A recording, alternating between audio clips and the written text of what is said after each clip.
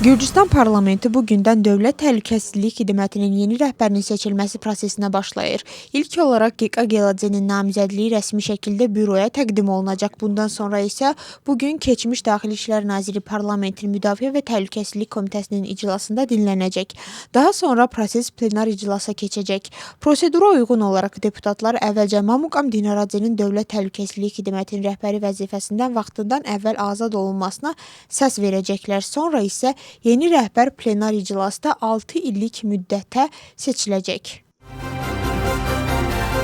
Acara Ali Şurasında növbədənkənar plenar iclas keçiriləcək. İclasda Muxtar Respublikasının qanunverici orqanı hökumət sədri vəzifəsinə Zurab Ataradzenin namizədliyinə etimad məsələsini müzakirə edəcək. Eyni zamanda onun təqdim edəcəyi hökumət tərkibi də təsdiqlənəcək. Namizədin təsdiqi üçün 11 deputatın səsi tələb olunur. Hakim komanda isə 11 deputatla təmsil olunduğundan onun seçilməsi gözlənilir. Ataradze iclasda öz baxışlarını təqdim edəcək. Daha əvvəl isə planlarını komitə dinləmələrində açıqlayıb. O əvvəllər Gürcüstanın Azərbaycandakı səfiri olub və Acara hökumətində ikinci dəfə rəhbərlik edəcək. Daxili İşlər Naziri Sulxan Təməzəşvili birinci müavini Roni Mesxi ilə birlikdə polis departamentlərinin direktorları ilə görüşüb. Nazir əməkdaşlarla qurumun prioritet istiqamətlərini müzakirə edib.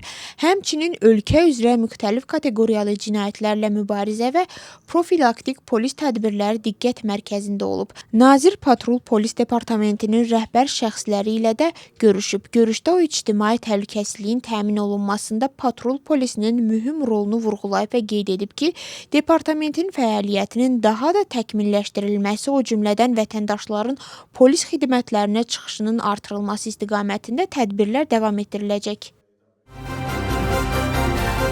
ABŞ-da siyasi zorakılıq narahat edici reallığa çevrilir və buna cavab olaraq ictimai həyata iştirakdan imtina etmək olmaz. Bunu Zohran Mamdani New York meri bildirib. Onun sözlərinə görə siyasi zorakılıq qəbul edilməzdir. O əlavə edib ki, şəhər polisinə tam etibar edir və New Yorkun təhlükəsiz qalacağına əmindir. Yaxın Şərqdə vəziyyət yenidə gərgin olaraq qalır. ABŞ dövlət katibi Marco Rubio bildirib ki, ABŞ İranın Hörmüz boğazı üzərində nəzarəti saxlaması ilə barışmayacaq. Onun sözlərinə görə Hörmüz boğazı faktiki olaraq iqtisadi nüvə silahına bərabər bir alətdir. İranda müharibə Britaniyalıların gündəlik həyatına təsir göstərə bilər, o cümlədən supermarketdə nə aldıqlarına və yayda harada istirahət etdiklərinə. Bu barədə Böyük Britaniyanın baş naziri Keir Starmer bildirib. Qida və yanacaq çatışmazlığı ehtimalı ilə bağlı suala cavab olaraq Starmer deyib ki, ictimaiyyət üçün əsas mesaj panikaya əsas olmadığıdır. Onun sözlərinə görə bu məqsədlə mütəmadi iclaslar keçirilir və o şəxsən regiondakı vəziyyətin iqtisadi nəticələrini müzakirə edən komitəyə rəhbərlik edir. Avropa Müdafiə İttifaqı Avropa İttifaqına üzv ölkələrin, həmçinin Ukrayna, Böyük Britaniya və Norveçin müdafiə imkanlarının inteqrasiyasına kömək edə bilər.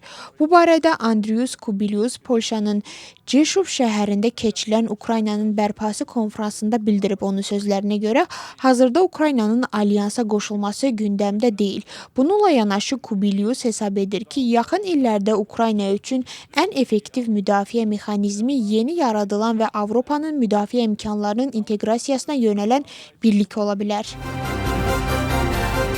Donald Trump və Melania Trump Ağ Evdə Böyük Britaniya kralı 3-cü Charles və kraliçə Camillanı qəbul ediblər. Görüşdən sonra kral və kraliçə Böyük Britaniyanın səfirinin iqamətgahında keçirilən bağ ziyafətində də iştirak ediblər. Monarx statusunda bu Kral Charles'ın ABŞ-a ilk səfəridir.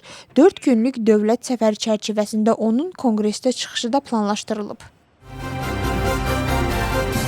Tbilisi xor musiqisinin 16-cı beynəlxalq festivalına ev sahibliyi edir. Bu ilki forum çərçivəsində 8 may tarixinədək 11 konsert keçiriləcək. Müxtəlif repertuar həm peşəkar, həm də tələbə kollektivləri tərəfindən təqdim olunacaq. Konsertlər paytaxtın müxtəlif konsert və eksperimental məkanlarında planlaşdırılıb. Qeyd edək ki, festivalın mövcud olduğu müddətdə artıq 90-a yaxın yerli və xarici kollektiv iştirak edib. Layihənin əsas məqsədi xor musiqisi ənənələrinin qorunması və gürcü ifaçılıq sənətinin inkişafıdır.